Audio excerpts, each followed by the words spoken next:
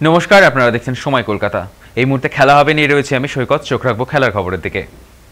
দুচাকায় চড়াই উৎরায়ে নয়া রেকর্ড গড়লেন বাংলার যুবক। মাত্র 20 দিনে 3600 কিলোমিটার পথ অতিক্রম করেছেন তমলুকের ওই সাইক্লিস্ট। স্টেপ প্যাডেলে চাপ দিয়ে এই উচ্চতা অতিক্রম করেছেন তমলুকের অভিষেক তুঙ্গ।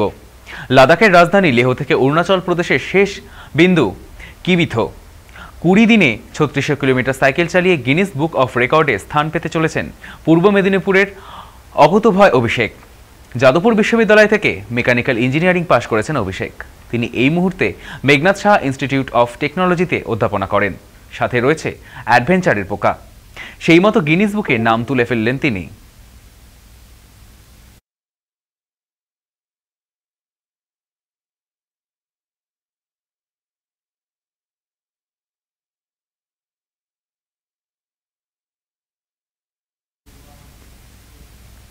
প্রতিযোগিতা শুরু থেকে কলম্বোয় যে দৃশ্য দেখা যাচ্ছে তার বদল হলো না শুক্রবারেও। অতিবৃষ্টির জেরে প্রায় ভেস্তে যাচ্ছিল ম্যাচ। তা পরিত্যক্ত না হলেও 50 ওভারে ম্যাচ কমে দাঁড়ালো টি-20-তে। সেখানে শ্রীলঙ্কাকে একপেশে লড়াইতে হারিয়ে সেমিফাইনালের দিকে আরও একবার এগিয়ে গেল দক্ষিণ আফ্রিকা। মোট 10 উইকেটের ব্যবধানে জিতল তারা। আগে ব্যাট করতে 20 ওভারে 105/7 তুলেছিল শ্রীলঙ্কা। ডাকওয়ার্থ লুইস নিয়মে দক্ষিণ আফ্রিকার লক্ষ্য ছিল 121। কোনো উইকেট না হারিয়ে জয়ের রান তুলে নেয় তারা। 5 ম্যাচে 8 পয়েন্ট নিয়ে দ্বিতীয় স্থানে উঠে এলো দক্ষিণ আফ্রিকা। প্রথমে ব্যাট করতে নেমে চাপে পড়ে শ্রীলঙ্কা। ডাকওয়ার্থ লুইস নিয়মের কারণে 20 ওভারে দক্ষিণ আফ্রিকার লক্ষ্য দাঁড়ায় 121। তারা শুরু থেকেই চালিয়ে খেলতে থাকে, জয়ী হয় তারা।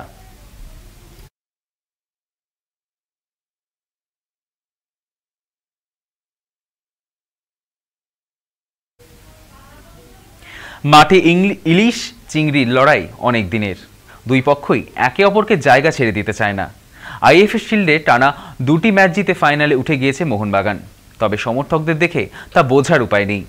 এফসি চ্যাম্পিয়ন্স লিগ 2 এর ম্যাচ খেলতে ইরানে না যাওয়ার প্রতিবাদে তারা 2টি ম্যাচে বিক্ষোভ দেখিয়েছেন গ্যালারিতেও। সেই মতো শনিবার ম্যাচেও বিক্ষোভের সম্ভাবনা যদি দেখা যায়, এই কারণে থাকবে নিরাপত্তার জোরদারি। ফাইনালের আগে কোচ হোসে মলিনা আবেদন করলেন অন্তত 90 মিনিট সব ভুলে তাদের সমর্থন করার জন্য। এবছর ইস্টবেঙ্গল যোগ দিয়েছেন মিগুয়েল। মোহনবাগানে এসেছেন রবিনসন। দুজন কাঁধে কাঁধ মিলিয়ে খেলেছেন বাংলাদেশের বসুন্ধরা কিংসে। শনিবার কি এই দুই ফুটবলার মুখোমুখি লড়াই উত্তেজক হবে? এখন দেখার এটারই পালা, কার কাছে উঠছে ট্রফি।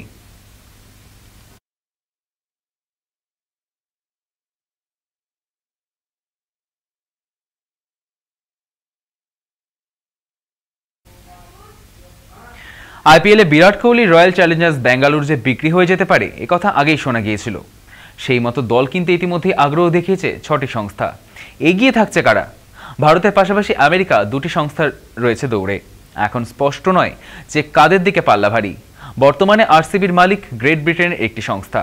বর্তমানে লাভের অঙ্ক কম থাকার কারণে তারা ক্লাবটিকে রাখতে চাইছে না। সেটা বুঝেই একের পর এক সংস্থা আরসিবি কেনার আগ্রহ দেখাচ্ছে। এগিয়ে রয়েছে আদানি গোষ্ঠী, জেএসডব্লিউ গোষ্ঠী এবং সিরাম গোষ্ঠী। এছাড়া লড়াইয়ে রয়েছে আদর পুনর্বাসন সিরাম সংস্থা। অতীতে তারা আইপিএল দল কেনার জন্য ঝাঁপিয়েছিল, সেবার সফল হয়নি তারা। এবার তারা মরিয়া দল কিনতে।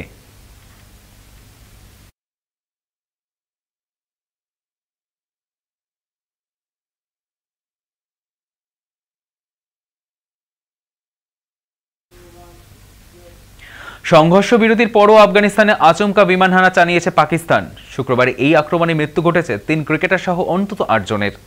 পাকিস্তানের এই ঘৃণ্য আক্রমণের প্রতিবাদে ফুঁসে উঠলেন আফগান ক্রিকেটার রশিদ খান।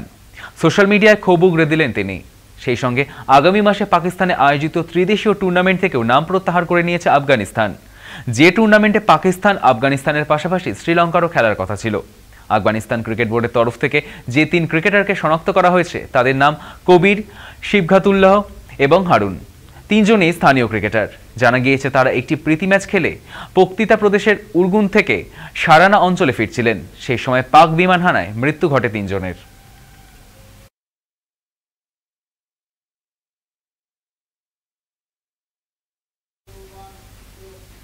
খেলা হবে এখনকার মতো এ পর্যন্তই। দেখতে থাকুন সময় কলকাতা। সময় বলবে সময়ের কথা।